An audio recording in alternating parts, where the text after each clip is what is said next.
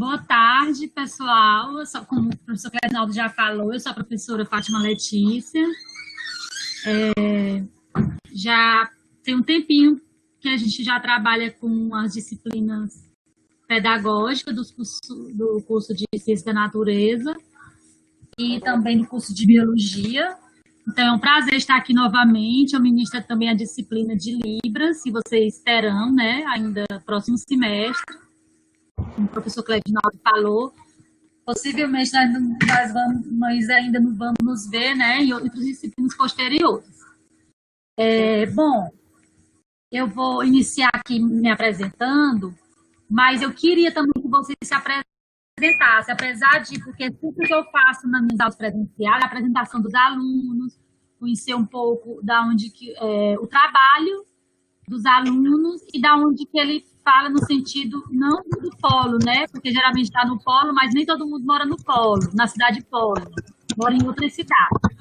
Eu vou me apresentar, dizer de onde que eu falo, de onde que eu sou, né? E onde eu trabalho da educação à distância.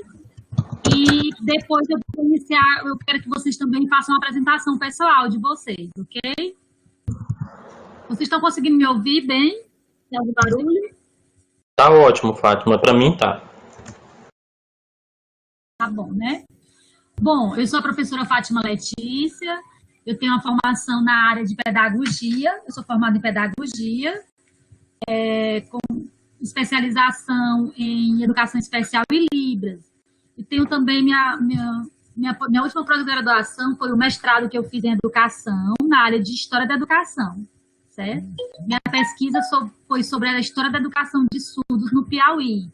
Então, eu juntei, né, a história com a educação especial, principalmente a educação de surdo, que é uma área que me interessa muito, que é relacionado ao estudo da língua de sinais, certo? Eu moro em Picos, trabalho no Instituto Federal de Picos, o IFE do Campus Picos, eu moro lá, mas estou passando aqui a quarentena em Prata do Piauí. Eu não sei se alguém conhece, já ouviu falar, Prata do Piauí. Por favor, se tiverem ouvido falar, coloque aí no chat, que eu gosto de saber quem conhece minha cidade, tá bom? Eu estou aqui na casa dos meus pais, estou podendo sentir um pouco também a dificuldade que muitos alunos sentem, né, com questão da internet. No interior, a internet apresenta muita dificuldade com relação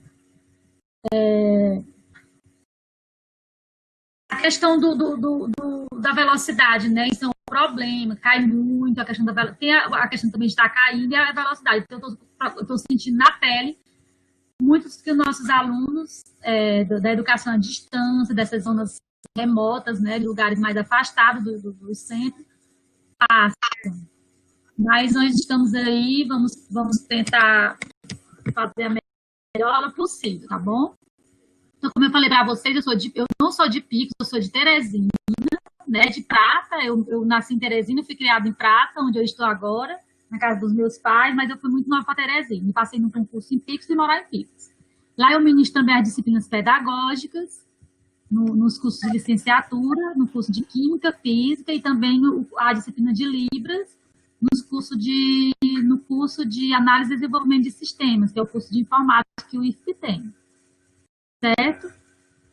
E agora nós vamos trabalhar esse período, né, esse bimestre, nós vamos ficar aqui com vocês com a disciplina de História da Educação. Eu espero que nós todos tenhamos uma ótima experiência. Eu fiz uma programação da disciplina que eu estou considerando que está boa, né, para o momento que nós estamos agora, né, que não vai ter encontro presencial, então eu tive que reformular alguns slides, colocar uns áudios, depois eu vou explicar tudo direitinho para vocês. Eu só queria mostrar para vocês, antes de vocês começarem a se apresentar, que é com relação na nossa aula. Eu fiz aqui uma sequência didática, né, do que nós vamos apresentar. Vocês conseguem ver aí na tela de vocês. Dá para ver, Clesinaldo? Não, peraí, eu vou compartilhar, desculpa. Daquele jeito lá. Peraí.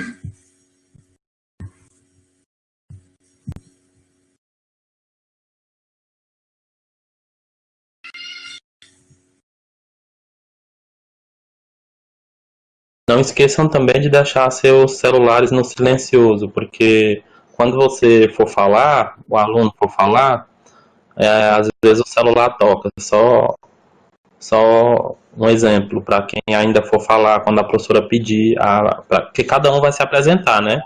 Então, se organizem por enquanto. Quando vocês forem sendo chamados, aí vocês se apresentam, tá? Com câmera e microfone.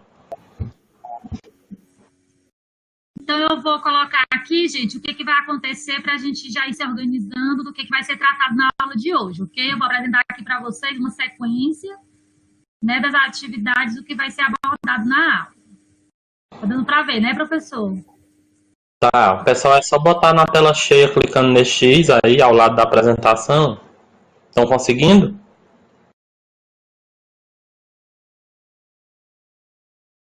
Sim, tá tudo ok. Pronto, bom. Então, nós vamos ter agora, primeiramente, nossa apresentação pessoal, né? Eu já me apresentei, agora na sequência serão os alunos, os tutores, o professor Cledinaldo também já se apresentou. Depois nós teremos a apresentação de uma forma bem resumida do nosso plano de disciplina e do planejamento detalhado, né, das atividades que serão realizadas na disciplina, bem como a avaliação. Apresentar a organização do conteúdo no SIG. Eu vou falar aqui só mais ou menos o que foi colocado no SIG, que vocês vão estar utilizando na nossa disciplina. Claro que eu não vou apresentar a plataforma, porque todo mundo já conhece. Eu vou apresentar só aquela parte do conteúdo, como que está organizado o conteúdo, ok? A exposição geral sobre a importância da disciplina na formação docente, né, o quarto momento, a apresentação dos slides referente ao capítulo 1 e capítulo 2 do nosso material didático, né, as considerações finais, e poderemos ter a fala dos tutores, né, dos alunos, e esclarecer algumas dúvidas possíveis que possam surgir no final da nossa aula, certo? Então, eu dividi mais ou menos dessa forma, mas que a gente pode estar se adequando de acordo com o andamento da aula, ok? Pode sofrer alguma alteração. Aqui nós vamos apresentar os objetivos da disciplina.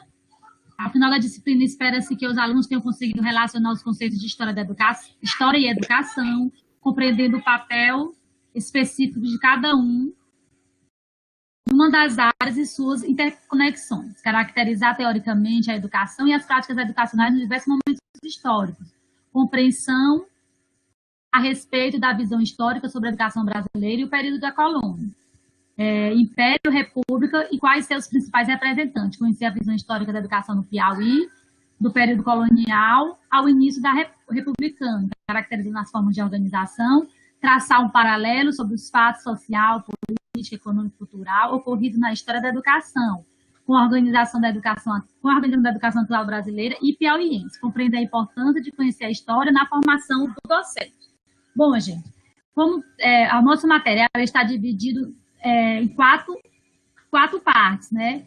Que é a introdução, que é falando sobre a importância da história da educação e da história da educação na formação docente. Aí nós temos a parte geral, que é os aspectos históricos e teóricos, as práticas educacionais de uma forma geral, né, na educação no mundo, desde os tempos primitivos, as sociedades primitivas, até o século XXI, né, que é o novo milênio. E também, no segundo momento, nós vamos ver como se organizou a educação no Brasil e depois no Piauí, certo? Então, como vocês podem ver aqui, está dividido em 4 unidades, ok? Nos slides que eu vou apresentar, nos slides que eu já coloquei na plataforma, já tem as unidades 1 e 2. Aí falta eu colocar a unidade 3 e a unidade 4, certo? As aulas com aulas expositivas dialogadas, no caso, eu fiz esse plano de disciplina, também tendo como referência também a área presencial. Aqui eu já poderia colocar a web aula, né? Eu posso até acrescentar depois a web aula, que é o que nós estamos utilizando agora, essa metodologia. Atividades em salas de aula, né? Como eu já havia falado, que era na forma presencial, das atividades no fórum e outras atividades virtuais no SIGA. Os critérios de avaliação ficou dividido da seguinte forma: a nota 1, né, que é a prova, que não foi marcada ainda, 7 pontos. Então, esses 3 pontos aqui eu vou colocar para essa aula de hoje, tá bom? Que é a participação no encontro presencial. Como nós não vamos ter, vai ficar na presença do aluno, participação nessa web aula. A segunda nota que se refere ao fórum e os exercícios. Essa atividade aqui eu coloquei, que é a terceira nota, que é uma atividade em equipe, que seria postada na plataforma, que eu ia propor para vocês um estudo, que eu ainda estou vendo como é que eu vou substituir essa atividade. Eu não decidi ainda vou ver com os tutores sugestões de atividade que pode ser substituída de acordo com cada local, com cada cidade, como que pode ser feito de forma remota. Nesse caso aqui seria uma atividade que era o estudo da história de uma escola, como que essa escola foi fundada, quem foi quem fundou a escola, quem foram as pessoas que fundaram a escola, conhecer um pouco da história de uma escola que o aluno escolhesse. Seria, no caso, uma atividade em equipe, em grupo, mas nós vamos ver depois como é que nós vamos fazer. Por fim, nós temos aqui as biografias, né, básica, complementar. Vocês podem estar consultando também. Alguns desses livros tem na internet e outros são livros físicos, mas o básico está na plataforma, que nós vamos utilizar na disciplina. Aqui nós temos o plano detalhado. Vocês podem, todo esse material já está lá na plataforma, na turma, ok? Nós temos aqui a primeira atividade, que no caso seria essa que nós estamos fazendo agora, que é a web aula, apresentação do plano de disciplina, explanação geral sobre os temas, que serão trabalhados na disciplina. E a segunda atividade se refere ao fórum, né, aos fóruns, que começa, no caso, inicia amanhã, 24, que é o fórum 1. O primeiro o tema do fórum 1 será a história da educação e a formação docente. O fórum 2 é educação e sociedade. Lá foi colocado o problema, né, a problematização, qual a reflexão que nós vamos fazer em cima desses dois temas. Ok? A terceira atividade que nós vamos iniciar, que é dia 18 a 25/6, que é o exercício. Esse exercício, eu vou explicar para vocês, ele é um exercício que eu coloquei, de certa forma, um estudo dirigido. Ele não é um exercício assim, ele é voltado mais para fazer com que o aluno leia o material, que ele se aproprie do material, que é um material muito bom, é um material muito rico, né? Então, assim, para o aluno já direcionar a leitura dele, né, de acordo com as questões que estão abordadas nesse exercício. Nesse exercício, eu já abordei questões de todas as unidades, da unidade 1 à unidade 4, certo? Então, é uma espécie de estudo dirigido, que vai servir também para vocês fazerem a prova e também estarem fazendo discussões na plataforma, nos fóruns. Outra coisa, eu coloquei a nossa disciplina, ela encerra dia 31. Dia 30. 30? O professor Cledinaldo pode até me ajudar, parece que é 30. Eu deixei esses 5 dias, porque às vezes tem alunos que não acontece alguma coisa, o aluno, então eu coloquei esses 5 dias para estar estudando o caso de cada aluno e poder estender o prazo de algumas atividades. Mas lembrando, a gente vai ser estudado cada caso, não é assim. O importante é que todo mundo siga o cronograma das atividades, certo? E, por fim, as avaliações que não foram agendadas ainda, que vai ser, se eu não estiver enganado, no mês de julho, tá bom? Aqui são as atividades que eu já falei para vocês, aí nós vamos ter o tutor presencial, o tutor à distância, as funções do tutor presencial, do tutor à distância, do professor coordenador. Certo? Aqui são as outras informações referentes à nossa disciplina que vocês podem estar depois dando uma olhada com calma. Queria mostrar aqui bem aqui para vocês, só como está organizada aqui a plataforma. Eu vou pegar aqui a turma de Simões. Vou pegar aqui a turma de Simões. Nós temos aqui uma apresentação, né? Boas-vindas para os alunos. Temos aqui também algumas informações que vocês vão poder estar se organizando para a gente fazer uma boa disciplina. E temos também aqui as orientações com relação à participação nos fóruns, que são informações importantes. Por quê? Porque o fórum ele é avaliativo, então você não pode escrever de qualquer jeito, tem que ser uma letra adequada, né? uma linguagem adequada para o fórum, certo? evitar utilizar palavras gírias, abreviação de palavras, falar como se você estivesse realmente redigindo um texto formal, ok? Porque isso tudo vai ser avaliado na hora de que for colocar a nota de vocês. Então, aqui estão algumas informações, algumas orientações que vocês podem estar seguindo, certo? Aí tem aqui o plano de disciplina, o planejamento detalhado, que é isso que eu coloquei para vocês. Aqui é o livro de história, que é o nosso livro base. Foi o livro que eu fiz as aulas, né? Os slides também, que vai ser trabalhado também algumas no fórum e no exercício. Aqui é os slides da aula 1, aula 2, eu tive que dividir a aula 2, o segundo capítulo em duas aulas, porque como tem o áudio, ficou muito pesado, mas aqui corresponde, a aula 2 e a aula 3 corresponde ao segundo capítulo. Eu não coloquei ainda os 2 últimos capítulos, porque eu ainda estou colocando o áudio, porque eu tive que refazer por conta do novo contexto, né? Que houve algumas mudanças. Aí tem aqui um livro que eu sugeri, que eu fiz a sugestão para vocês, né? Que é o livro que é Educação, do Brandão, e Perspectivas Históricas da Educação, um texto muito bom do Demival Saviani, que ele fala dessas concepções de educação ao longo da história. Certo? Tem 2 artigos aqui Desculpa, o artigo do Saviani e as concepções pedagógicas da história da educação brasileira. Perspectivas históricas da Marta Teixeira, que é uma estudiosa da história da educação. Aí nós temos aqui o fórum, né, os 2 fóruns e o exercício logo abaixo. Ok?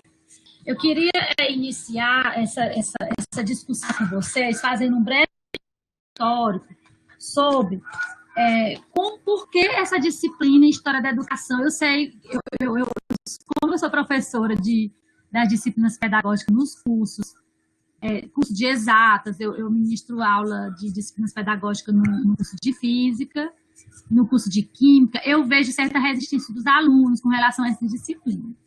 Eu sempre gosto de iniciar falando da importância do professor como formador não só daquela área específica a qual ele atua, mas da formação do sujeito, das pessoas para atuar na sociedade atual, né?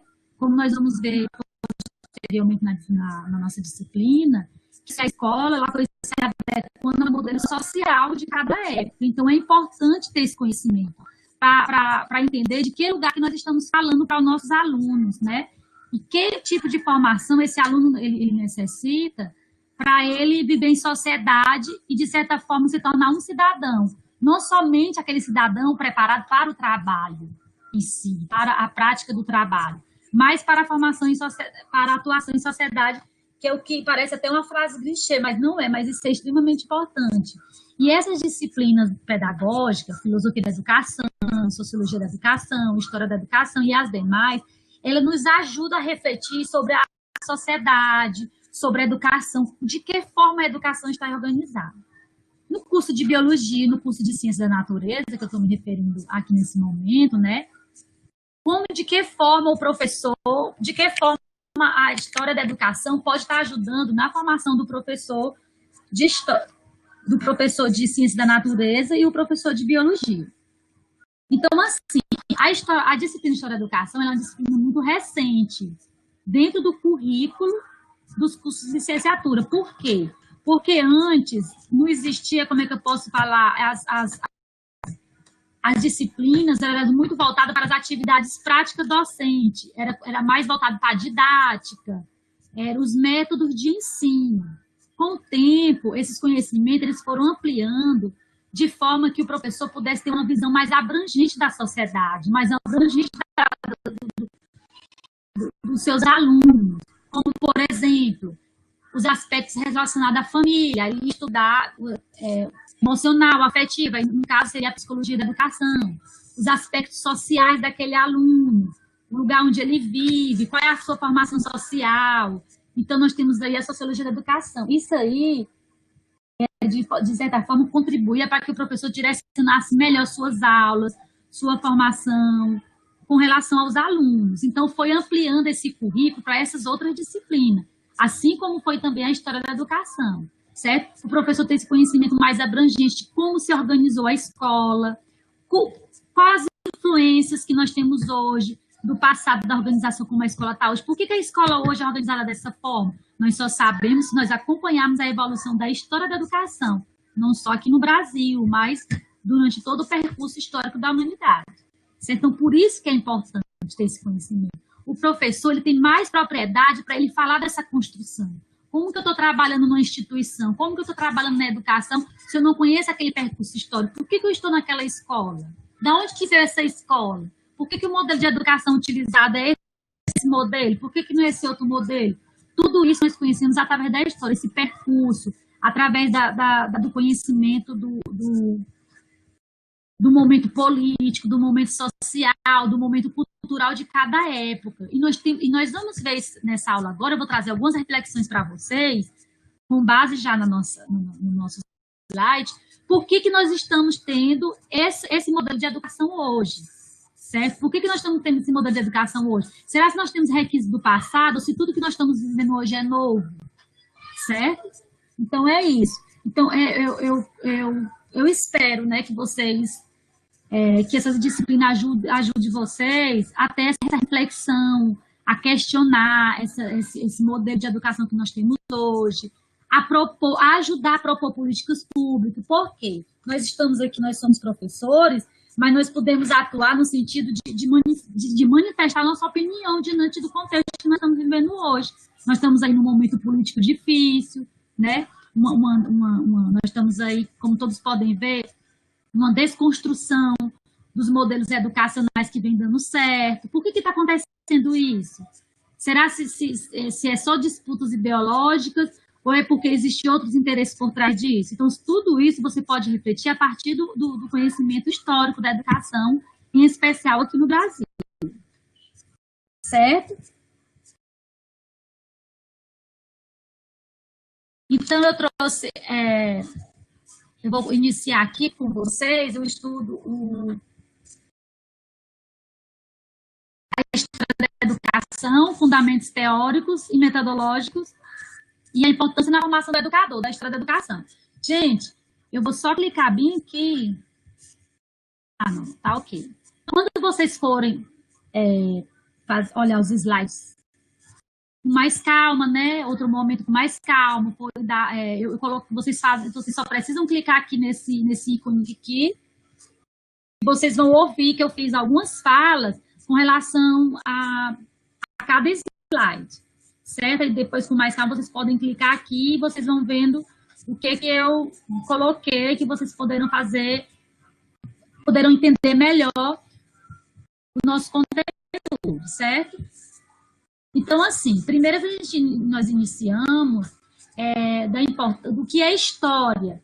O que é história no sentido não de disciplina de história, mas no sentido do trabalho da história dentro dessa evolução da sociedade. Gente, com licença, bem aqui, que eu vou só pedir aqui para uma pessoa baixar aqui a TV, está me atrapalhando. Só um minutinho.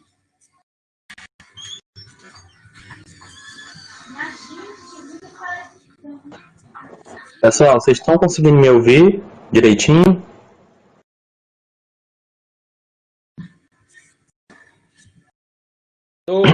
Sim. Ok. É o seguinte, enquanto a professora Fátima veio, eu fui tentar permitir que mais pessoas entrem na turma e deu um pequeno erro. Então, se alguém por acaso caiu, pode voltar, que agora eu permiti múltiplos usuários, mais de 75 pessoas podem participar. Então, se der algum erro na entrada, é por conta de conexão pessoal, etc. Tá bom? Mas já está resolvido. Ok, obrigado, professora. Pode continuar. Bom, então nós vamos procurar fazer aqui uma reflexão. Eu trouxe aqui a concepção de história, né? De três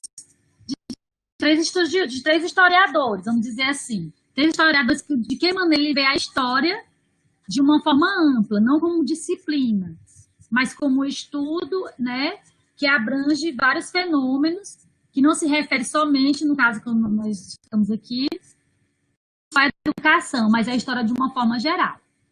Giraldelli Júnior, ele fala que a história é o estudo criterioso e a exposição ordenada. considerando primordialmente o tempo de situações, acontecimentos, ideias e ideais, vida de pessoas, povos, grupos sociais e também o desempenho de instituições e organizações. O Giraldelli ele tem uma visão muito ampla da história, porque antes a história era voltada só para os grandes acontecimentos. Como eram os grandes acontecimentos? Era relacionado à história que nós chamamos a história vista de cima. São as pessoas que estavam à frente do poder, certo? Hoje não, a história ela se refere também às comunidades, às pessoas que não são protagonistas sociais, né, que não estão à frente do poder, mas são pessoas anônimas. No caso, os grupos indígenas, os grupos sociais minoritários, a história das mulheres, a história dos indígenas, a história dos negros. Então, isso tudo também é história. A história das instituições, no caso, a história da educação, a história de uma escola, de uma organização. Então, tudo isso é história. Tudo isso interessa para a história. Borges já fala que a história está sempre se construindo. O conhecimento que ela produz nunca é perfeito ou acabado. Por quê? Porque quando você vai contar, quando você vai relatar, você faz um estudo, uma pesquisa histórica, aquele estudo que foi feito, aquela pesquisa, ela pode ser, como é que eu posso falar, contestada, né? Outra pessoa pode ter outra visão, outro historiador pode interpretar de outra forma e pode encontrar outros indícios que contrapõem aquele historiador. Então, ela não... Um exemplo, eu fiz um estudo sobre a história da educação de estudo no Piauí. Eu tive minha pesquisa, tive fontes, pesquisei, redigi meu texto e coloquei lá. A história da educação de estudo aconteceu dessa forma, iniciou em lugar tal, em lugar tal, em lugar tal. Ali foi minha pesquisa, foi as fontes que eu tive acesso. Outra pessoa depois, mais na frente, pode chegar e contrapor o que eu falei, porque ela já teve acesso a outras fontes que eu também não tive. E pode contradizer o que eu estou falando. Então, a pesquisa histórica, ela sempre está em construção, ela está evoluindo, ela não é acabada, ok? Luz Uriaga fala que a história é o estudo da realidade humana ao longo do tempo. Ela é a matéria do presente, como corte do desenvolvimento da humanidade. Então, a história ela sempre está no presente. Nós vamos ver, eu trouxe até uma reflexão que nós vamos fazer, que a história sempre está no presente. Nós temos resquícios da história. Esse modelo de educação que nós temos hoje, esse modelo de sociedade que nós temos hoje, essa divisão de classe, essas desigualdades sociais. Por que nós temos hoje a cotas? Por que nós temos hoje o Bolsa Família? Porque existiu, eu estou falando em termos de política pública, Bolsa Família, essas políticas públicas que nós temos hoje. Porque nós tivemos o quê? Um tempo uma época aqui do nosso país, que muitas pessoas não tinham acesso à renda, muitas pessoas não tiveram as mesmas oportunidades. Então, hoje as políticas públicas elas são realizadas de forma a repor, não, como é que eu posso falar? A dar para essas pessoas que elas não tiveram no passado por conta daquela organização social da época. Certo? Então, tudo isso nós vamos entender, as políticas públicas são feitas com base na história. O que foi feito? Por que hoje as pessoas têm acesso mais fácil à educação? Né? É um reconhecimento daquilo que não foi feito no passado. Certo? Então, a Luz Uriaga, eu sempre tive que falar o nome dela, ela fala nesse sentido, que hoje o presente tem muito da história, né? Tem muito do passado do que nós vivemos. Então, a história é o estudo do passado que nos ajuda a compreender o presente, mais de um passado vivo que está presente em nós. Um dos principais objetivos da história é resgatar os aspectos culturais de um determinado povo ou região para o entendimento do processo de desenvolvimento. Entender o passado também é importante para compreender o presente. Gente, eu achei interessante essa fala aqui, porque eu vou colocar aqui para vocês uma fala bem atual do ministro da Educação. Eu achei muito interessante, eu lembrei muito dessa disciplina, que a gente poderia discutir essa disciplina, né, nessa disciplina de hoje. Eu vou colocar aqui, porque ele fala aqui que entender o passado também é importante para a compreensão do presente, do que está acontecendo hoje. Como muitos já sabem, nós tivemos aí, hoje nós estamos tendo uma grande discussão, né? Uma disputa de argumentos contra e a favor do adiamento do Enem, não é isso? Uns a favor que o Enem precisava ser mantido, porque não podia parar, que as pessoas tinham que se formar, que ia perder uma grande, que a política do atual governo, que o Brasil ia perder muitos profissionais, e por aí vai. E outros já defendiam que tinha que interromper o Enem. Por quê? Porque estava tendo uma desigualdade no acesso à educação. Muitas pessoas não estavam conseguindo acompanhar as aulas pela internet por falta desse recurso em casa, por falta do notebook, por N dificuldades que nós já sabemos. Então, houve o quê? Muito argumentos contra e a favor. Por que é importante você entender? Por que está acontecendo isso hoje? Nós vamos ver nos slides posteriores, na nossa segunda aula, que desde da sociedade primitiva, sempre a educação ela estava de acordo com a sociedade da época. Nós tivemos na sociedade primitiva uma organização de educação, ela não precisava ser numa escola. A educação já era a vida dele, não é educação para a vida, é educação e vida, certo? Da mesma forma que era educação e trabalho, não era educação para o trabalho. Eles não tinham uma sociedade organizada, não tinha Estado, então eles não precisavam formar cidadãos para atuar na sociedade, porque não existia essa noção de sociedade, de Estado, de organização burocrática. Então, como que era a forma de educação deles? Era uma forma comum. Era ali no dia a dia, só ensinava para eles o que era de subsistência, certo? Para a subsistência deles. Com o tempo, as sociedades elas foram evoluindo, os meios de tradução foram se tornando mais complexos. Houve o quê? A sociedade privada, não, a propriedade privada, aí houve a divisão do trabalho, aquele que era dono da propriedade, né, que era o proprietário, o que não era proprietário.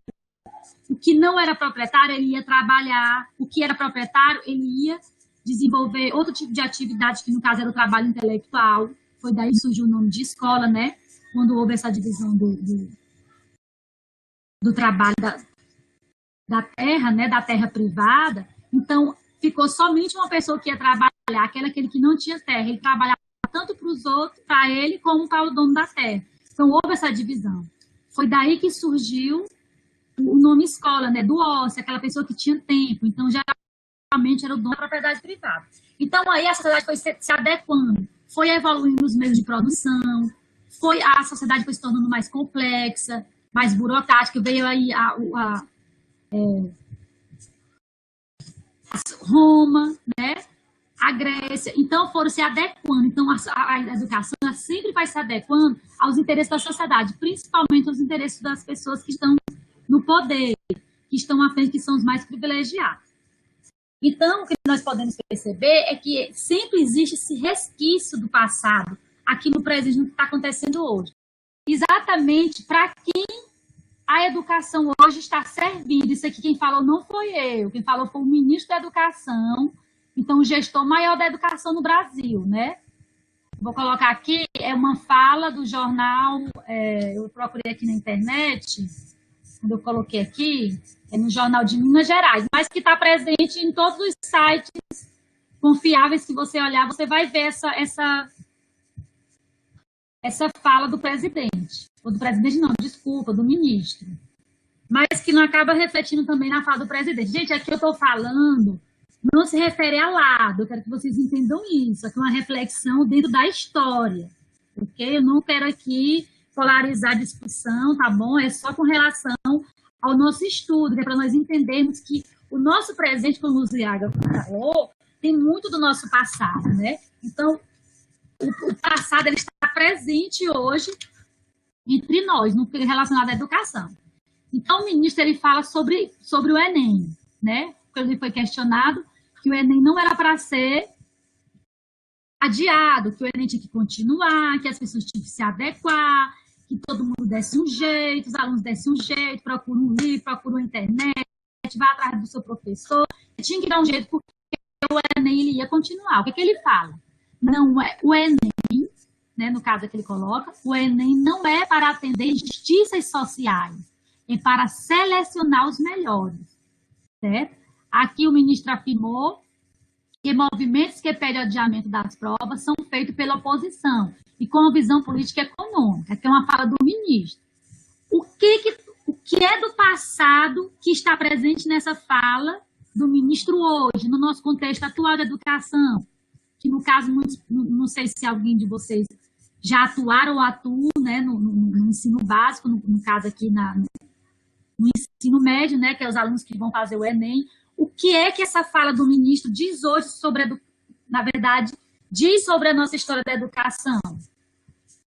Vocês poderão ter a oportunidade de ver nossos slides com mais calma, nos áudios eu vou colocando, que eu faço uns slides que eu vou pontuando quadros, resumos sobre o tipo de sociedade e a educação daquela época. Se você for observar na evolução da história, da história da educação, a educação ela sempre foi servindo os privilégios. Quem são os privilégios? São aquelas pessoas que estão no poder.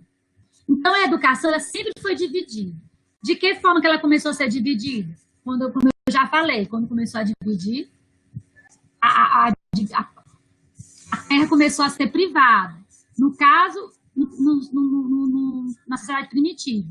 Quando nós temos que começa a sociedade grega e a sociedade romana, aí começou a existir escola. Por que a escola?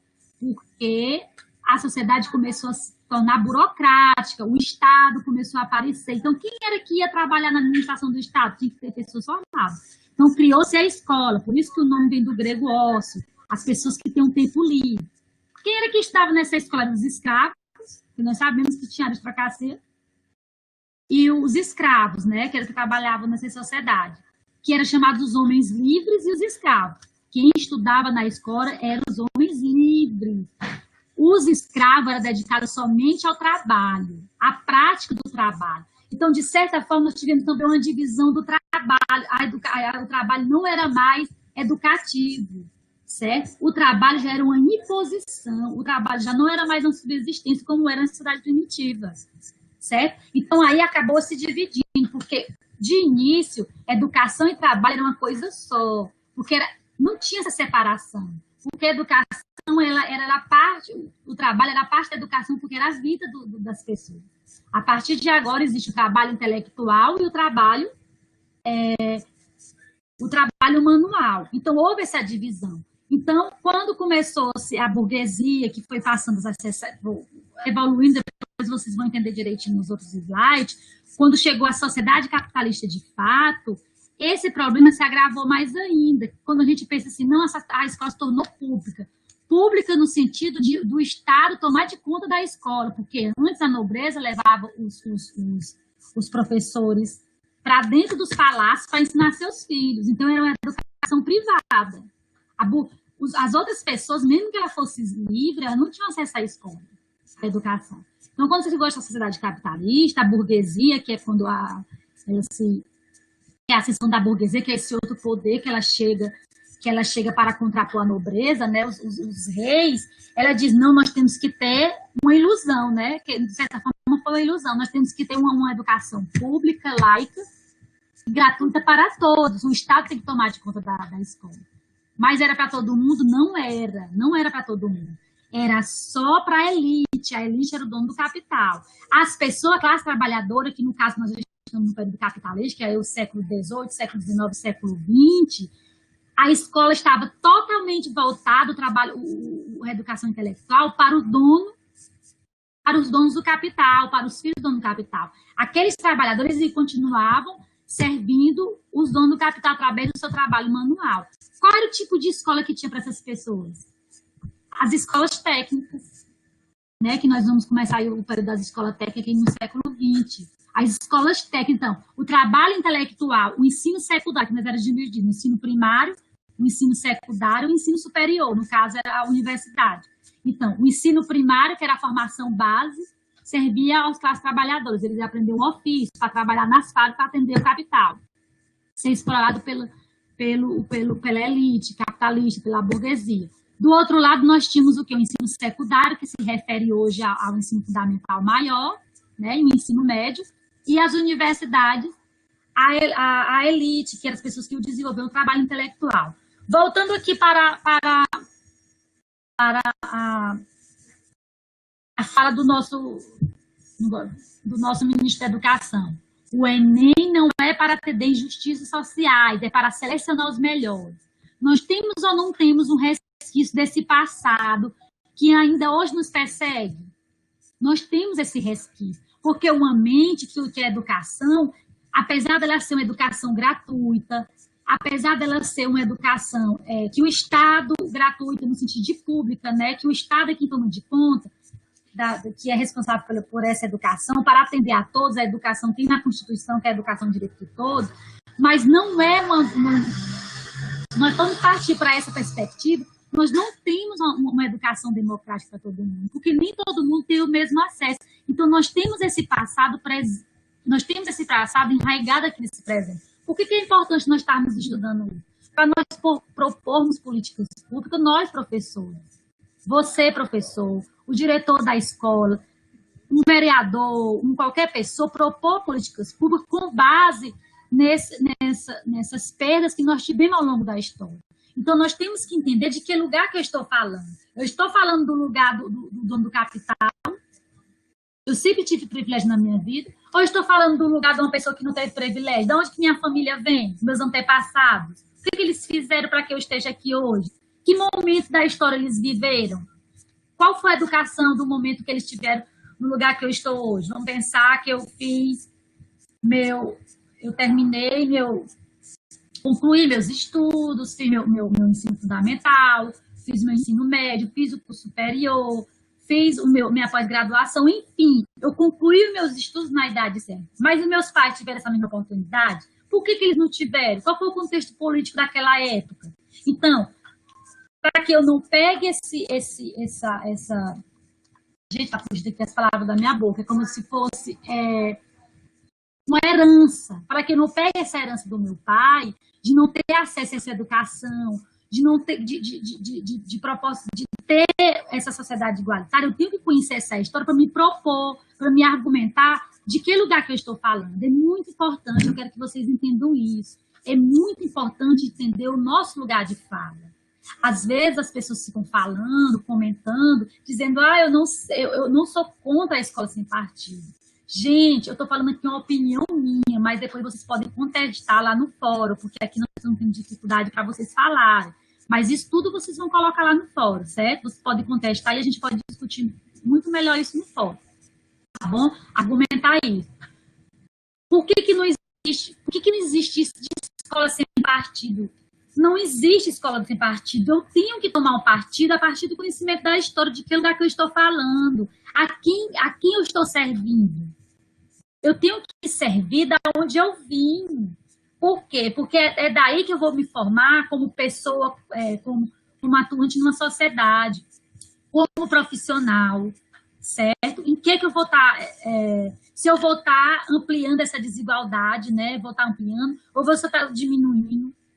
Se é uma reprodução do que já vem existindo ao longo da história, que não serviu para que atendesse que acabasse com essas desigualdades. Então, esse discurso do ministro da Educação tem muito desse passado que ainda nos afetam hoje, que é por isso que existem essas lutas antagônicas, contra e a favor. E não adianta, o professor ele tem que ter um lado, não tem como o professor não ter um lado, é impossível. Quando o professor ele não tem um lado, eu posso, na minha opinião, gente, como se o professor ele não conhecesse a história. Porque se ele conhecer a história, ele vai ter um lado. Ele vai ter um lado, porque não tem como você não ter um lado. É como se você conhecesse a história da sua família. Eu vou aqui dar um exemplo. Eu tenho a minha família, nós somos criados juntos, né? Eu tenho uma prima, eu tenho um primo, eu tenho um tio. O meu tio, ele vai viver em outro lugar, então a pessoa já vai começar a conhecer ele. Vou falar do meu tio, não, vou falar da minha prima, que cresceu junto comigo, vamos dizer assim.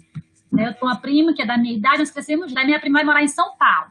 Quando ela chega em São Paulo, as pessoas vão conhecer ela com 30 anos. E eu conheci minha prima, desde que ela nasceu, foi criada junto aqui na Prata. Então, eu conheço a história da minha prima, eu posso dizer quem ela é. porque eu conheço a história dela, a evolução dela. Eu posso fazer, não digo nenhum julgamento, eu posso argumentar por que minha prima toma certas decisões, por que ela tem tipo de comportamento, porque eu conheço a história dela, eu posso até entender por que ela se comporta daquela forma. Quando ela vai lá para São Paulo, que ela conhece as pessoas já com 30 anos, as pessoas vão fazer o julgamento dela errado, muitas vezes, ou para bom ou para ruim, porque ela conheceu a partir daquele momento. Ela não conheceu a história. Então, ela tomou um lado, de certa forma, ou contra ou a favor, que ela não conhece. Eu posso tomar um lado, porque eu tenho mais propriedade para argumentar, porque eu conheço a história dela. Eu vou dizer se ela é boa, se ela é ruim, se o que ela fez, de certa forma, condiz com a história dela ou não condiz. Então, é isso. Quando a gente conhece a nossa história, é importante para a gente argumentar, para a gente conhecer de que lado que nós estamos. Eu vim fazer esse slide com áudio, exatamente para vocês terem um entendimento melhor do que nós estamos trabalhando na disciplina. Então, depois, em outro momento, vocês dêem uma olhadinha com calma nos slides, para a gente estar argumentando lá discutindo no nosso fórum de discussões, tá bom? Então, nós passamos aqui para a segunda parte. O que é educação nesse sentido, nessa construção histórica? O que eu posso falar o que é educação? Para Brandão, não há uma forma única, nem um modelo único de educação. O ensino escolar não é a única prática. E o professor, E o professor profissional não é o único praticante. Então, aqui já tá bem entendido, né, que ele fala da educação de uma forma ampla, é educação familiar, é educação da sociedade. Em diversos momentos da nossa vida, nós passamos pela educação, a prática educativa, que não envolve somente o professor. O pai educa, a mãe educa, a igreja educa, o padre educa, todo mundo pode educar dependendo do objetivo. Emílio Durkheim, que é um sociólogo, né, considerado o pai da sociologia, ele afirma que a educação é um fenômeno social, chamando a atenção para o fato de que esse processo se configura por meio de relações estabelecidas em nosso próprio processo de ensino, assim considerada como um fator de mudança social. A educação reflete os acontecimentos históricos, políticos e culturais responsáveis pelas mudanças que experimentamos cotidianamente. É o que eu acabei de falar. A sociedade, a educação, ela não está desvinculada da história, ela está interligada o tempo todo. Então, para você conhecer esse modelo de educação que nós temos hoje, nós temos que entender o contexto político, o contexto cultural, o contexto econômico. Tudo isso sofre influência da educação, certo? É exatamente isso que eu acabei de falar.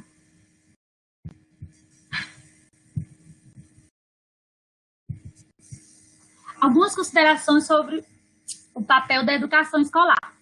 Olha, como eu já havia falado, não existe, não tem como, gente, existir uma escola neutra, não tem como existir uma escola, a escola,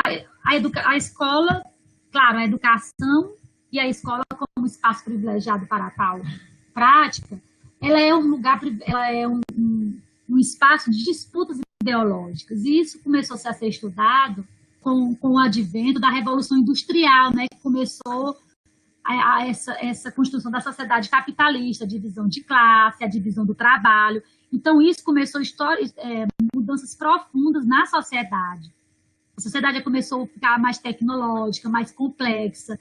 Então, existiam dois lados antagônicos que lutavam entre si, que é a classe trabalhadora, o dono das fábricas, né, que é o proprietário, e o proletariado, que é os trabalhadores. Então, isso dividiu. Então, a escola ela vai servir a quem? A elite, a burguesia, ou vai servir o proletariado? Então, ela tem um modelo, ela serve um modelo ideológico. Conforme Chauí, o marxismo entende ideologia como um instrumento de dominação de classe. Como tal, sua origem é a existência da divisão da sociedade em classes, contraditórios e de luta. Então, o que é essa ideologia? Ela sempre está sob dominação da classe que tem mais poder. Então, dentro do nosso contexto hoje, qual é a classe que tem mais poder? É a classe economicamente menos favorecida ou é a classe economicamente mais favorecida? Certo? Eu vou deixar essa reflexão para vocês. Quem é que tem mais poder de dominação? Então, se ela tiver mais poder de dominação, então a escola vai atender essa ideologia dessa classe dominante, que nós chamamos de classe dominante.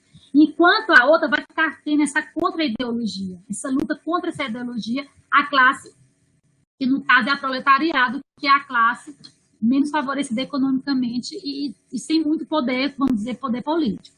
A luta contra a ideologia dominante, né, que surge a partir desse momento, quando há divisão de classe. Para Gramsci, que ele faz um estudo sobre essa questão dos formadores, que é os estudantes intelectuais, né, intelectuais orgânicos, né, que a escola tem que formar intelectuais orgânicos, conscientes do seu papel na sociedade e do seu papel transformador. A educação tem um papel primordial na medida em que pode formar os intelectuais e outras classes, habilitando a sistematizar organicamente a concepção de mundo dessas classes. Dentro da escola, o estudante tem que entender que existe essa divisão na sociedade. E ele tem que ter consciência de qual local que ele está, que é esse lugar que eu estou falando para vocês, que é o lugar de fala. Ele tem consciência disso. Quando ele tem consciência disso, ele pode ter essa luta contra essas desigualdades sociais. Que aquela desigualdade não foi plantada por Deus, não é porque o pai dele não quis trabalhar, às vezes coloca na cabeça do aluno. Quantos e quantos livros dizia que a pessoa não tinha prosperado na vida porque não quis trabalhar. Gente, para que uma pessoa que trabalha mais do que um trabalhador rural? Eu não trabalho a metade que um trabalhador rural trabalha, e eu tenho um trabalho intelectual, desculpa, gente, um trabalho intelectual, eu tenho um trabalho, né, com base em um trabalho intelectual, eu não faço tanto esforço como um trabalhador rural faz, e eu ganho não sei quantos mais do que ele. Então, o trabalho em si deixou de ser a vida. É um trabalho, como é que se diz, é um trabalho de subsistência forçado. Não é aquele trabalho que ele vai fazer com dignidade, que ele está tendo um reconhecimento digno do seu trabalho. Então, não é. Então, o aluno, é importante ele ter esse reconhecimento, né? Que nós existimos numa sociedade que existe uma divisão de classe, onde uma classe se sobrepõe à outra, que vive da exploração dessa classe mais fraca, que é a classe trabalhadora. Então, é importante, o Gramsci fala que a escola tem que preparar o aluno para que ele entenda isso. A educação, portanto, adquire um novo status, passando a ser um espaço social de disputas hegemônicas e uma prática social construída a partir das relações sociais que vão sendo estabelecidas, podendo ser cumpridas em uma contra-ideologia, que é isso que eu estou falando. A escola ela pode ser esse trabalho que muitas pessoas falam, formação de cidadãos críticos, que não aceita a sociedade como ela está, desigual, porque a sociedade ela é desigual. Nós não podemos aceitar a sociedade do jeito que ela está, porque do jeito que ela está é uma falsa democracia. Né? Não falo tanto democracia, mas não existe. Será que nós temos uma democracia, uma educação democrática, onde todos têm o mesmo acesso? Será que nós temos uma saúde democrática, onde todos têm o mesmo acesso à saúde de qualidade? Nós temos uma cultura democrática, onde todos têm acesso à cultura, aos bens culturais. Então, é isso que nós devemos refletir. Então, formar esse cidadão crítico. É isso que o Gramsci fala. Nessa perspectiva, é importante identificar a posição do educador na sociedade, que eu já havia falado. Por um lado, o educador pode contribuir para manter essa opressão. Ele vai escolher o lado que ele vai ficar. Ou colocar-se contra quando adota uma postura crítica, podendo passar da teoria à prática. Quando ele conhece a teoria no sentido dos conhecimentos históricos, ele vai ter uma prática diferenciada na sua atividade docente. Não formando especificamente da sua disciplina, que é muito importante, essa formação específica, que é o conhecimento historicamente construído, que o professor vai passar para o aluno, no caso, relacionado à sua disciplina específica. Mas também essa formação crítica diante dos acontecimentos sociais, diante das desigualdades sociais, diante dos discursos que vão contra, né, uma sociedade democrática que seja para todos. Então, nós temos aí um discurso forjado, né, que nós vemos o tempo todo esse discurso forjado da sociedade democrática, uma sociedade para todos, que não é. Que é o que nós podemos ver claramente na fala do ministro da Educação. Quando ele diz que não é para dividir as desigualdades, então ele está a serviço de uma classe que não é a nossa, pelo menos não é a minha. E não é da maioria dos brasileiros, que nós sabemos que existe mais pobre do que ricos no Brasil. Então, como é que um ministro da Educação vai falar uma fala voltada para uma minoria? Então, é isso que nós temos que pensar, é isso que nós temos que refletir, entender isso. Muitos alunos veem essa frase como uma verdade absoluta, o que não é. Nós temos que ensinar os nossos alunos a refletir, a criticar, a questionar certas posturas governamentais que vão de encontro a essa sociedade que nós queremos para todos. Então, a importância da história da educação na formação do educador. Nós colocamos aqui, nesse sentido, essa formação, que é exatamente para isso, né? Para o professor entender de como foi organizada a educação e de que forma ele vai atuar nessa educação atualmente. Com base em que conhecimentos?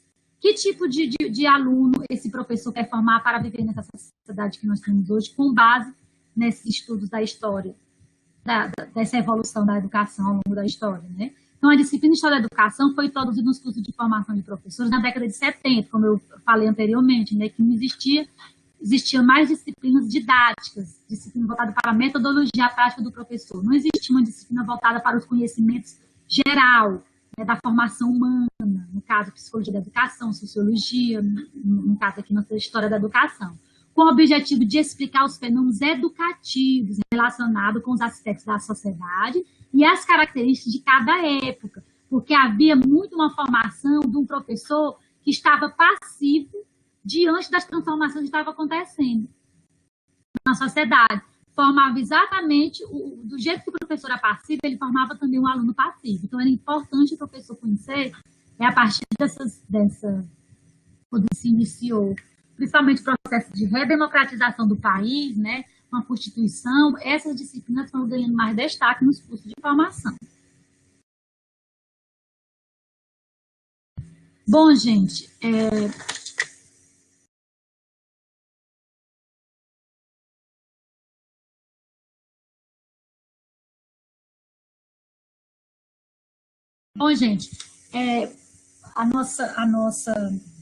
o nosso primeiro slide se refere exatamente a isso, né? Essa introdução da importância da história da educação na formação dos docentes, né? Na formação nos cursos de formação de professor. E eu procurei fazer aqui uma visão geral do que nós vamos abordar na nossa disciplina, que vocês possam estar olhando para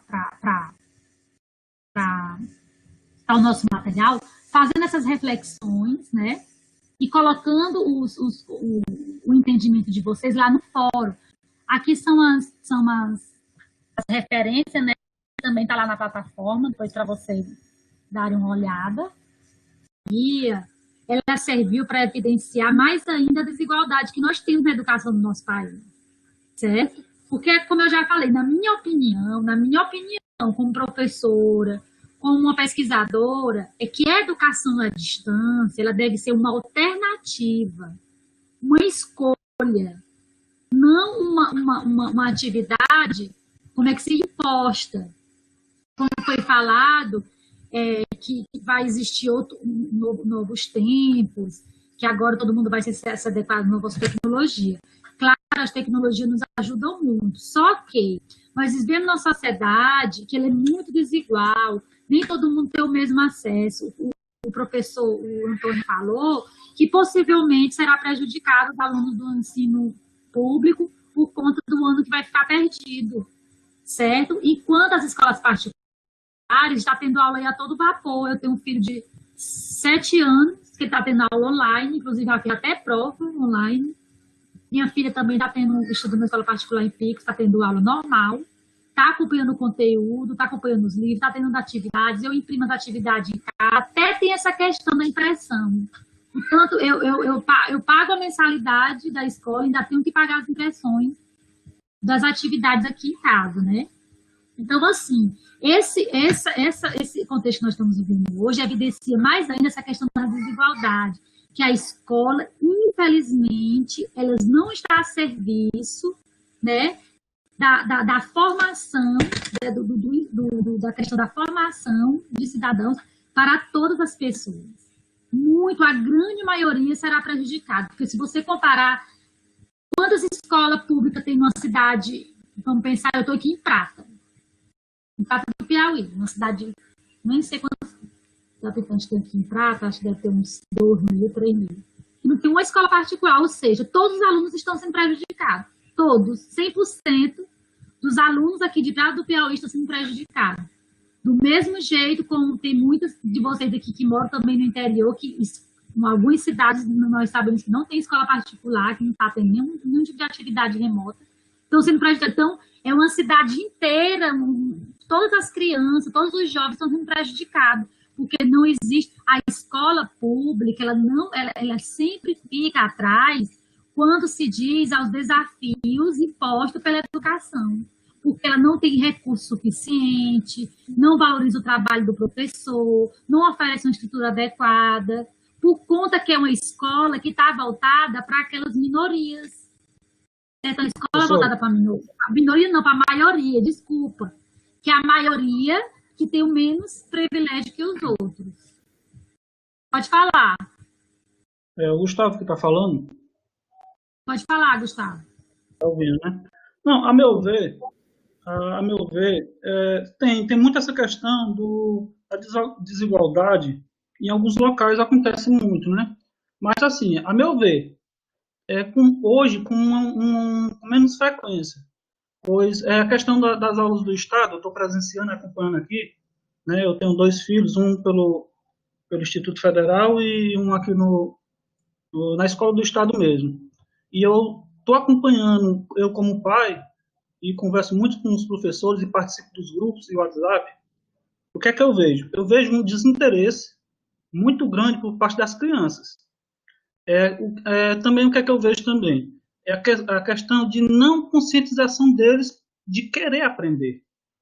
Eu vejo a maioria, por exemplo, da cidade, tem acesso à tecnologia, tem telefone com acesso à internet, tudo, mas se aproveita da tecnologia de uma forma inadequada. Quer dizer, então aí já não é nem tanto a questão de não ter acesso, é a questão de não ter a consciência de querer aprender. Aí o que é que eu vejo também? Até nos interiores aqui na Redondeza, na zona rural,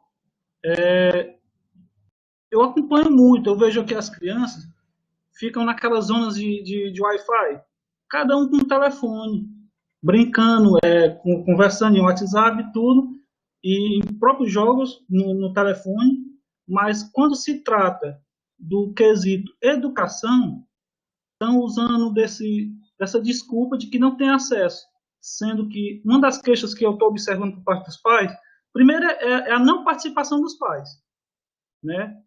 E segundo é a própria falta de conscientização dos filhos de não querer aprender. Na nossa época, eu digo época que eu tenho 32 anos, eu sou de uma época que nós, no ensino médio, nós comprávamos livro. Hoje os alunos têm livro dado pelo Estado, mas muitos nem levar para a escola não levam, ou jogam fora. Assim, a meu ver, é questão muito de falta de consciência do aluno em querer se aprender. Concordo. Entrar novamente aqui, licença, eu concordo aí com o Gustavo Rodrigues, certo? Concordo em gênero, número e grau, como se diz, né? A gente vê muitos pontos de Wi-Fi pela cidade, porém, mesmo deficiente, esse acesso chegando à sociedade está sendo usado de uma forma errônea, está sendo usado, muito mal usado, na verdade, né? Então, ele poderia ser usado de outra forma, meio a trazer conhecimento, né? Seria bem melhor. Concordo, viu, Gustavo? Pois é, Antônio. Aí, frisando aí mais uma vez, eu tiro, por exemplo, dentro da minha casa. Eu falo muito, eu tento conscientizar muito meus filhos, porque, como volto a falar, eu sou de uma época que a gente comprava livro. Não me informei até hoje, por falta de oportunidade, que a gente às vezes tem que fazer escolhas, e quando a gente tem família, a gente opta em trazer uma melhora para eles, né? E essa melhora, às vezes, a gente tem que fazer algum sacrifício. E por essa razão, eu não me informei antes. E eu tento conscientizar eles dessa maneira. Mas hoje, devido ao fácil acesso a essas tecnologias, e se a gente não se patrulhar muito, esses meninos, a meu ver, vai ser assim, uma geração assim, quase que perdida. Inclusive, eu tive uma conversa o ano passado com um certo professor, pedindo a ele que, se fosse o caso, que repetisse o meu filho, no ano que ele estava cursando, porque ele estava passando sem ter nenhum aproveitamento e ganho educacional de zero, praticamente. Esse sistema hoje de educação eu acho muito falho, porque é aprovando, aprovando, aprovando, e a capacitação é zero. Né? Aí, voltando à questão da tecnologia, a meu ver, esses meninos estão perdendo assim, a consciência do futuro que eles estão deixando, que eles estão correndo o risco de perder, né? Por falta de não ter a vontade ou a conscientização de não querer, não aprender, né? Certo, Gustavo. Compreendo o seu posicionamento. Alguém mais quer falar? Eu quero deixar esse espaço para alguns alunos que queiram falar alguma coisa, discutir, trazer algumas questões para discussão, alguma reflexão. Professora, voltando aqui, no início do vídeo, você fala a questão da importância, né, dessas disciplinas pedagógicas. Eu vou ser um pouco franco aqui com você, que eu tenho assim uma certa dificuldade. Já iniciei uns 2 a 3 cursos superior, e em se tratando assim de disciplinas pedagógicas, eu tenho assim um certo receio, porque é discutido, né, essa questão ideológica e tudo, e de uma certa forma existe, né, o ideologismo nas faculdades, e muitas das vezes esse segmento ideológico não condiz muito com a gente, mas eu tenho assim uma certa dificuldade em si com disciplinas pedagógicas, as específicas nem tanto, né? Nunca foram empecilho para mim, mas as pedagógicas sim.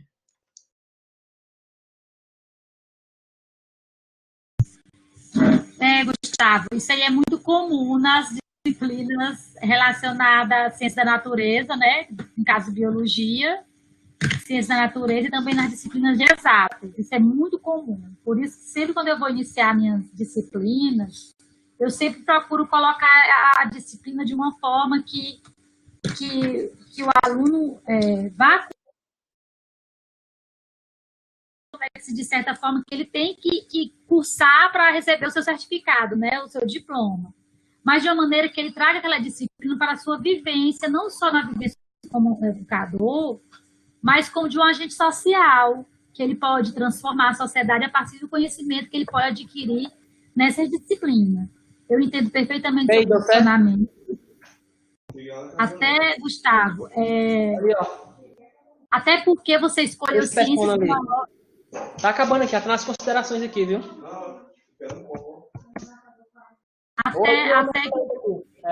Até que eu posso falar para você que você escolheu esse curso, muitas pessoas escolhem, não escolhem da área de humanos, até pela questão da afinidade. Então, é como se tivesse entrando uma disciplina ali, entre aspas, não é que não tenha nada a ver, tem tudo a ver com a formação do educador, porque você vai ensinar pessoas.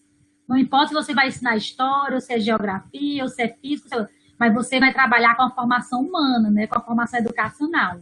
Então, não interessa qual é a área que você vai atuar, mas que você tem que ter esse conhecimento amplo, né, da formação do ser humano, da questão da afetividade, do conhecimento social, do conhecimento histórico, para que você torne um educador de uma visão mais ampla do que é educação, né, que não tenha aquela visão restrita só da sua disciplina específica, né? Que você seja um transmissor somente de conteúdo, mas que você tenha essa preocupação da formação integral do aluno, né? Que o aluno ele não é um ser isolado socialmente, afetivamente, né? Ele faz parte, ele vive numa cadeia, né? Onde tudo se relaciona, sua família, a sociedade, a escola, está tudo relacionado entre si. Então, quanto mais o professor tiver esse conhecimento amplo da situação, eu acredito que melhor será a atuação dele como educador.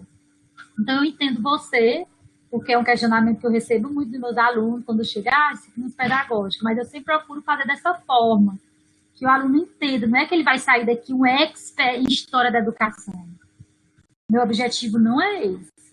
Meu objetivo é que ele tenha esse conhecimento, que ele pode também se aprofundar posteriormente, que ele tenha esse caminho, né, que ele pode recorrer, ele tem essas informações que ele pode recorrer para tornar, né, ele um educador mais, como é que se diz? Ele possa contribuir mais na formação do educando. Certo? Alguém mais quer falar? Algum aluno? Boa tarde. Boa tarde, Daniela. Sou a Daniela. E ao meu ver, relacionado ao contexto da pandemia, eu acho que tem algo de bom nela. Se é que se pode se dizer, né, que tem algo de bom. Porque com ela, as escolas tiveram que se reinventar e adaptar essa modalidade à distância, né? Então, considerando-se que esses alunos que são de escolas públicas e que têm acesso à internet vão estudar os materiais repassados por os seus professores, então, se eles se saírem bem, é bem provável que eles saiam bem nas provas avaliativas, porque eles vão estar estudando para elas, né? Então, eu acho que o Enem não deveria ser adiado e que esses alunos de terceiro ano que estão recebendo materiais dos professores, estão recebendo apoio, estão tirando as dúvidas, né? Estão fazendo simulados. Eu creio que eles vão sim sair bem no Enem, porque eles estudaram para ele. Ligando ao nosso assunto de educação à distância, que foi o que você falou, professora, eu acho que é uma evolução para a educação à distância. Porque, querendo ou não, esse tipo de estudo que foi adaptado quebra o paradigma de que a educação presencial é melhor do que a educação à distância. Porque tem sim esse paradigma, não adianta a gente querer dizer que é igual, que todos tratam-se igual, que a gente sabe que não trata. Inclusive, a gente sabe que entre dois professores de uma mesma matéria, que vão lecionar em um colégio, e que um estudou na escola presencial e o outro estudou na educação à distância, se ele não tiver o que indica naquela escola, ou se ele não tiver passado em algum concurso ou em algo, com certeza, quando forem mandar o currículo, aquela diretoria vai escolher aquele aluno que estudou presencial, certo? Então, a gente tem mesmo que quebrar esses paradigmas. E eu queria dar um exemplo também da minha escola, que eu estudei aqui, que eu não sei se vocês já ouviram falar do Augustinho Brandão, aqui em Cocal dos Alves. É uma escola reconhecida nacionalmente, porque tem grandes medalhistas de matemática, né, um grande número. Aqui em Cocal dos Alves, a escola do município ainda não se adaptou ao EAD, mas a escola do estado sim, que a Aurilene, que é a diretora, ela sempre foi uma pessoa aberta e sempre renova, né? E aí, no caso, ela está fazendo essa modalidade EAD, e os alunos que têm acesso à internet estão estudando normalmente pelo WhatsApp, e os que não têm acesso à internet, ela está levando assuntos. Ela pede para o professor daquela matéria juntar assuntos e provas, questões, e aí o carro da educação vai deixar na casa de cada um desses alunos que não têm acesso à internet, e com 15 dias eles vão pegar esse material.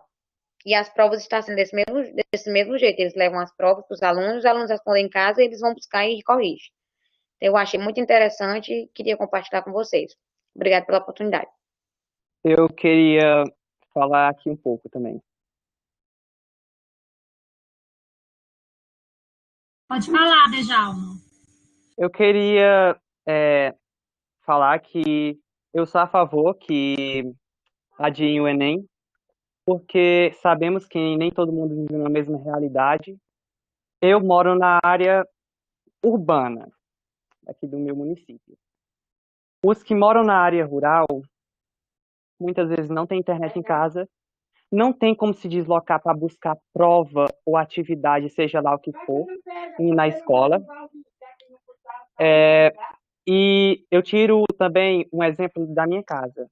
Na minha casa a gente tem internet, tem celular, e nem sempre essa internet funciona, e nem sempre o celular dá conta dos conteúdos que são mandados por WhatsApp ou por plataforma.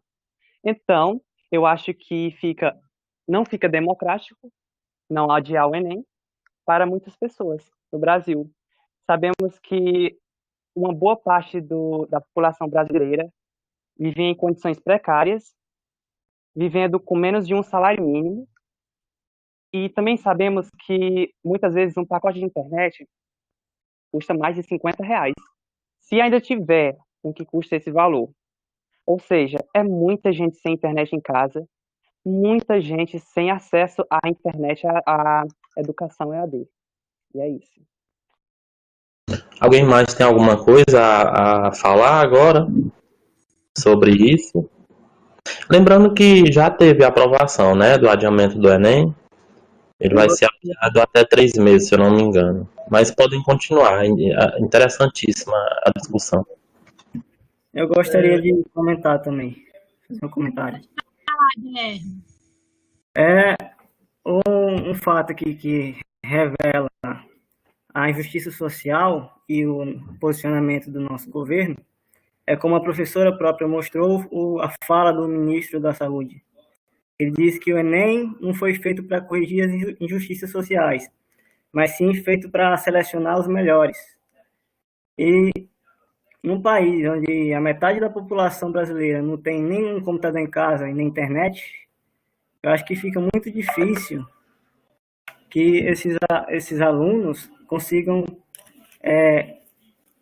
avançar ou fazer uma prova do Enem com qualidade, sendo que não tem como eles estudarem como se estivessem na escola.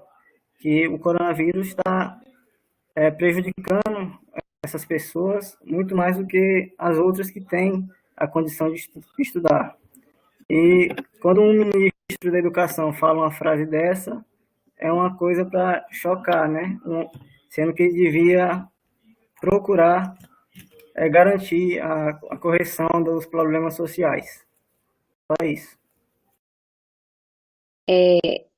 Eu acho muito interessante o seu comentário, mas, ao meu ver, assim, né? A gente não pode afirmar com certeza que eles iriam ou não conseguir, né? Se dar bem no exame nacional, né? Do Enem. Mas é algo, sim, que tem que se pensar. Porque eu tiro como exemplo, por exemplo, a minha sala de terceiro ano de ensino médio. Na minha sala de terceiro ano de ensino médio, tinha alunos que tinham um poder economicamente, né, mais alto e outros mais baixos. Os mais altos, que eu tinha conhecimento, porque eram da minha mesma localidade, tinham acesso à internet, computador, celular, professor particular. E já eu conheço outros alunos da minha sala, como exemplo, a Franciele, uma menina que estudou comigo, que ela morava em uma casinha simples com a mãe dela, não tinha internet, não tinha celular, não tinha computador, ela não tinha nada. Ela só estudava durante o dia e quando chegava à noite, estudava com uma vela acesa, porque na casa dela não tinha energia. E ela foi a que teve a nota mais alta no Enem da minha sala. Alguém ainda quer falar, gente? Professora,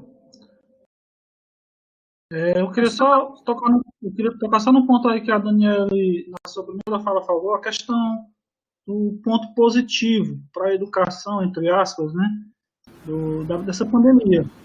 Inclusive, eu observando aqui os comentários aqui dos colegas, eu estava observando a questão de alguns professores que não têm mínima afinidade com as tecnologias para estar mandando as atividades. Como eu falei, eu estou acompanhando bastante aqui o meu filho, faço as atividades aqui que ele recebe da escola, e foi a primeira coisa que eu constatei, a falta de afinidade dos professores com essas ferramentas, né? Para uma situação dessa, em que os alunos não podem estar dentro de uma sala de aula e requer do uso dessa tecnologia, a meu ver, o ponto positivo qual é? Nós que estamos cursando o curso EAD, estamos tendo acesso com algumas plataformas e estudando aqui das mais variadas maneiras, né? E nós estamos tendo como é que eu posso dizer, esse privilégio de estar estudando através da tecnologia e, quem sabe, futuramente, esse aprendizado nosso não seja um diferencial com relação aos professores que já estão aí no mercado, né? Vai falar, Bárbara? Oi, boa tarde. Boa tarde, quase noite, né? Eu queria dar, assim, a minha opinião, porque eu acho... Alguém tá me ouvindo? Estão me ouvindo? Todo mundo, tá ótimo. Tá Bom, ótimo, eu né? tô ouvindo. Ok. Eu queria falar assim, na minha opinião, eu acho que tudo que você vai fazer, independente de ser o seu lado profissional, pessoal, você tem que tentar casar tudo, né? A situação não é das melhores, eu entendo, mas eu acho que a pessoa, acima de tudo, tem que ter compreensão. Tudo isso é verdade, que as famílias têm realidades totalmente diferentes, não tem como você comparar, nunca na vida você tem como comparar, porque fulano tinha isso e isso não fez, e fulano que não tinha nada fez, porque ninguém sabe, né? Mas eu acho assim que, como um profissional, a pessoa tem que tentar ver a realidade de cada um. É um problema que eu sinto que acontece muito assim no EAD, tanto no EAD quanto na presencial, né? Porque muitas pessoas têm realidades diferentes. Por exemplo, na minha sala tem muitas pessoas que estão trabalhando na linha de frente de combate ao coronavírus e muitas vezes não tem oportunidades para poder assistir uma aula como essa, por exemplo, ou estar fazendo as atividades em dia, essas coisas. E eu acho que a pessoa, acima de tudo, tem que ter um pouco de compreensão, né? Porque, infelizmente, a gente está passando por uma fase muito difícil, todo mundo está sofrendo do seu jeito, né? Alguns menos do que outros, mas ninguém sabe, não é? Não tem como você... A pessoa tem que tentar tomar o lugar do outro. Por exemplo, uma pessoa mora no interior, é mais difícil, não tem internet, tudo. Vamos conversar, vamos tentar juntar a família dessa pessoa, saber o que é que a gente pode estar fazendo para poder mudar isso, para tentar ver como é que pode minimizar os danos, porque os danos já estão aí, não é?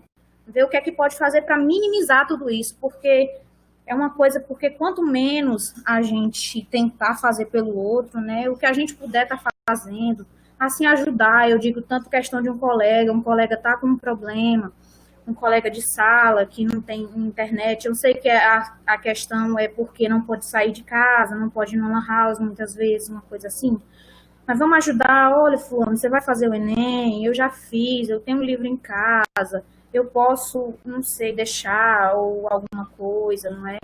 Tentar se colocar no lugar do outro para ver se todo mundo consegue seguir à frente, porque você estando ajudando a pessoa próxima de você, você não vai estar se prejudicando, não, muito pelo contrário, você vai estar crescendo como um profissional, como pessoal, que é importante. Eu acho muito isso, o professor de AD, o professor tanto de AD quanto de presencial, os alunos, tem que se ajudar para ver se todo mundo consegue passar por isso, porque todo mundo está com dificuldades e está sofrendo. Né? Não é julgar ninguém, julgar jamais, dizer, porque tem internet em casa, mas não queria fazer nada. Isso, ninguém sabe da realidade de ninguém. Né? Você não pode abrir sua boca e dizer, é porque isso está acontecendo, é porque fulano quis, é porque não sei o quê. Eu não concordo com isso, entendeu? Eu acho que cada pessoa tem sua vida e tem seu jeito, suas coisas. Ninguém sabe da vida de ninguém, né? Às vezes pode ser uma pessoa que tem muitos recursos, mas que é uma pessoa abalada pessoalmente, que não consegue, que não tem forças.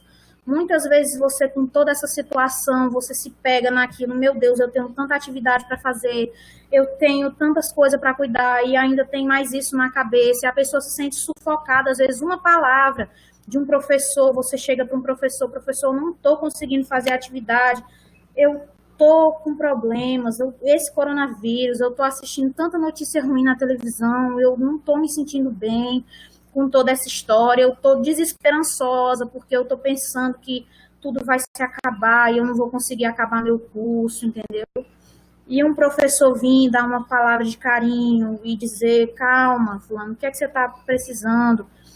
Eu posso te ajudar de algum jeito? Isso são coisas que faz muita diferença na vida de uma pessoa, tanto que está passando pela dificuldade, eu acredito também, tanto quanto o professor também, que fica se sentindo valorizado por a pessoa precisar, por a pessoa querer a ajuda e tudo, né? É a minha opinião.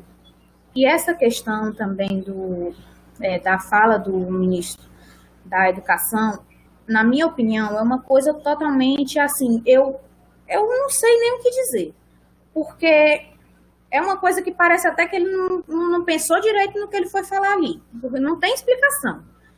Porque como é que ele tem a autoridade, ele pode pensar que ele tem autoridade, mas ele, dependendo da situação, ele não tem o direito de dizer uma coisa dessas, né?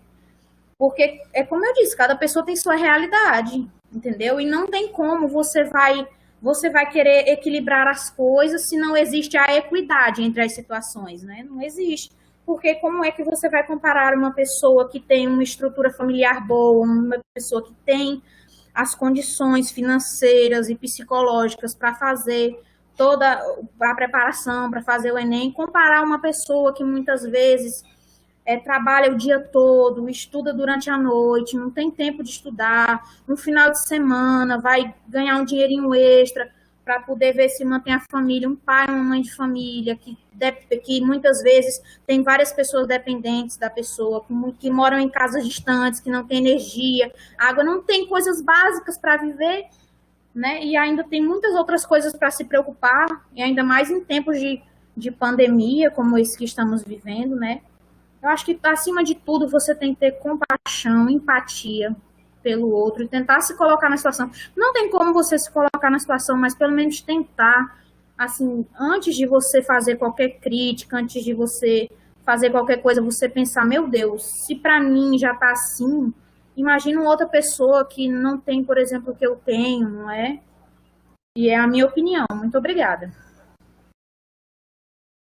Então, assim, eu gostaria que vocês, a nossa primeira atividade vai ser com relação ao Fórum 1. As pessoas que não, eu quero que vocês, lá no nosso fórum, nós temos a seguinte questão, né, uma questão para discussão, que é a importância. Então, assim, com base nas leituras realizadas na unidade 1 das discussões da aula virtual, qual a importância do estudo da história da educação na formação do educador?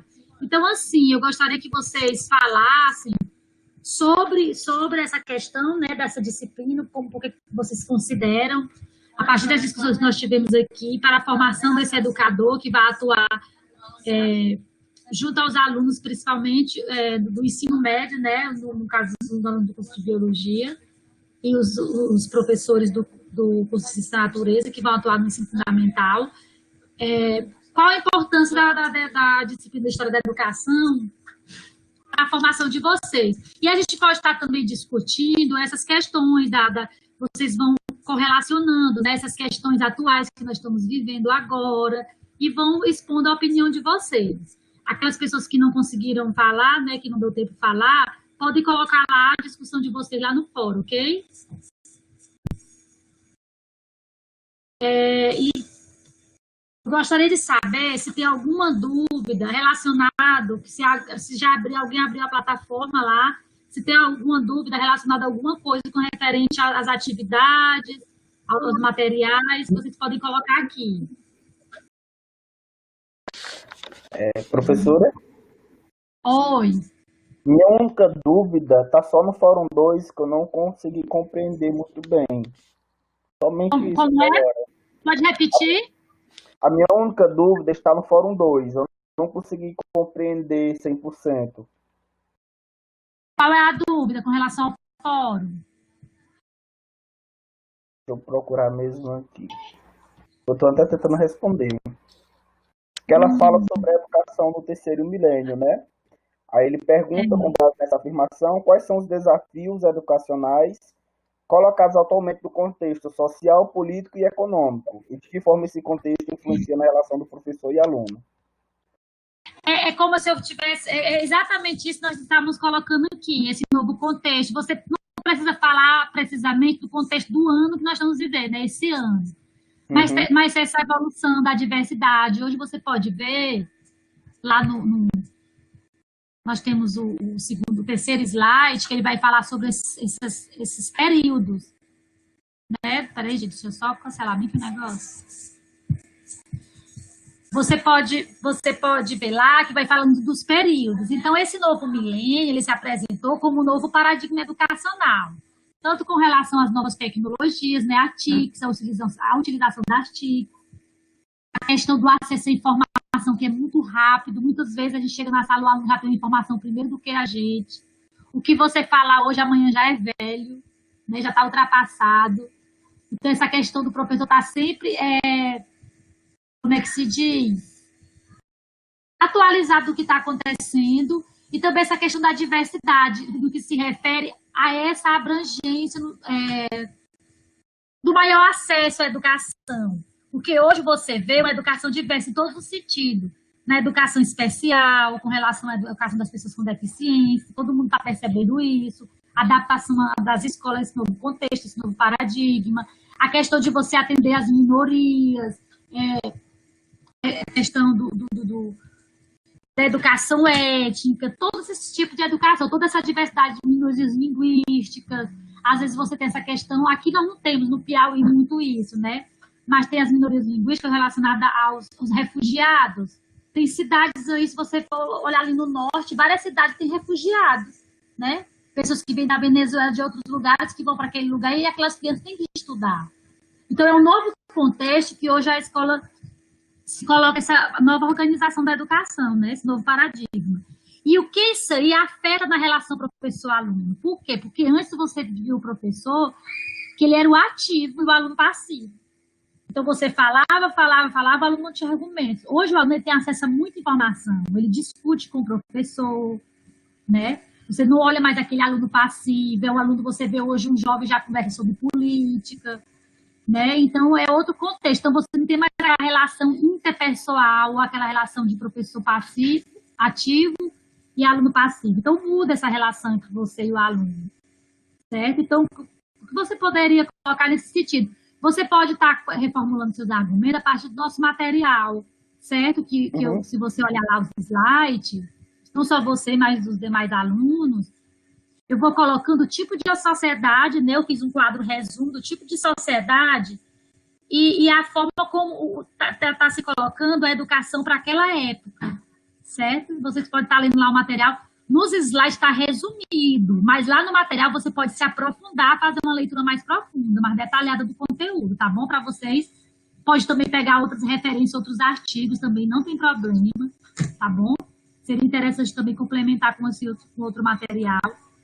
E vocês podem estar discutindo lá, falando sobre o que isso afeta nessa relação professor-aluno, como o professor está vendo o aluno agora, como o aluno está vendo o professor, certo?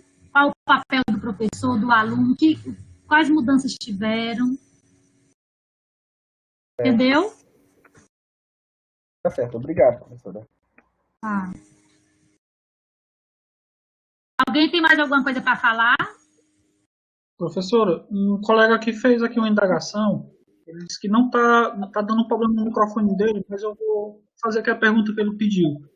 Ele queria que você fizesse um breve comentário sobre a diferença entre educação e escolarização, se é que existe essa diferença. Sim, existe. Olha, a educação, como foi colocado pelo Giraldo Dery Júnior, naquele primeiro slide que eu apresentei para vocês, a educação ela é mais ampla, ela envolve muitos contextos, certo? Ela envolve a sociedade. Você não tem só a escola como espaço educativo. Como que começou o processo de escolarização?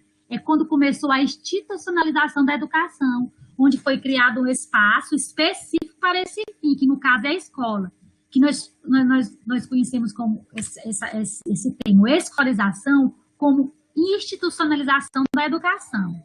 Escolarização é quase a mesma coisa que institucionalização da educação. É aquela escola organizada, que tem um currículo, que ela é seriada. Uma coisa é você passar pelo processo de educação informal, né? Que é a educação que acontece em vários contextos. Outra coisa é você passar por um processo de escolarização formal, que acontece dentro da escola, né? Que é a instituição escolar. Entendeu? Então, assim, quando você fala de uma educação da forma ampla, ela não está relacionada só à escola em si, mas de um contexto muito maior. E dentro da educação não tem só o professor como único profissional. Existem outras pessoas também que atuam como educadores sem ser professores. Agora, na escola, não. Na escola existe um profissional específico para atuar na escola. Né? No caso, que somos nós, formados para este fim, né? Específico. Então, é a institucionalização. A escolarização, que existe as séries, que existe uma organização própria, que nós chamamos a educação formal. Certo? Para finalizar, eu queria dizer para vocês que foi muito bom, apesar de nós não termos nos conhecido pessoalmente, né? Tivemos essa oportunidade de nos conhecer pessoalmente. Mas foi muito boa a discussão aqui, eu pude ver que é uma turma bastante participativa. Quem não falou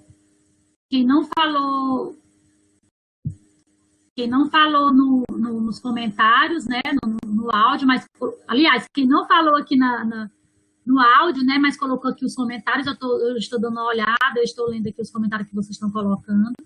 E eu acho que nossa disciplina vai ser muito interessante, eu espero vocês lá nos fóruns para estar discutindo, eu vou ficar acompanhando também os tutores, e eu peço o seguinte, que quando vocês tiverem dúvidas, coloque para o tutor, tá bom? O tutor ele vai me repassar no grupo dos tutores, porque muitas vezes a dúvida de um aluno, às vezes tem a dúvida em outro polo, tá bom? Então, eu criei esse grupo exatamente para isso, para não ficar aquele desinput de informação, que a mesma informação que eu passar para um tutor, passar para todos os outros tutores. Então, quando vocês tiverem alguma dúvida, procure. Se for uma dúvida relacionada à disciplina, a disciplina em si, a organização das atividades, você me procura, peça para o tutor e o tutor pergunta lá no grupo. Se for alguma coisa relacionada à nota, aí você pode me chamar lá no e-mail, tá bom? Vai lá, professora, porque teve problema com a minha nota, não entendi minha nota, porque essa nota foi assim, assim, assado.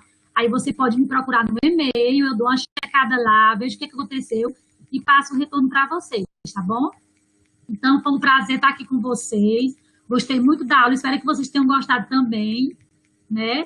Eu procurei fazer um resumo, um panorama geral da nossa disciplina, né?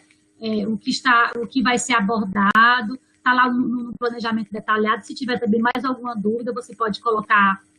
Eu vou até fazer um fórum tira dúvidas, eu acho, que eu vou colocar lá um fórum tira dúvidas. Eu acho interessante colocar um fórum tira dúvidas para você estar tirando essas dúvidas com relação com relação à disciplina, tá bom? Então, foi um prazer, espero, não sei se ainda vai ter, ainda vou conversar com a coordenação, não sei se ainda vai ter outro encontro, né, para a gente ter essa web aula, mas foi muito bom, eu considero que foi proveitoso. Depois vocês podem me dar aí o feedback, os tutores passam o feedback para mim, dê o feedback para os tutores e os tutores me repassam, certo?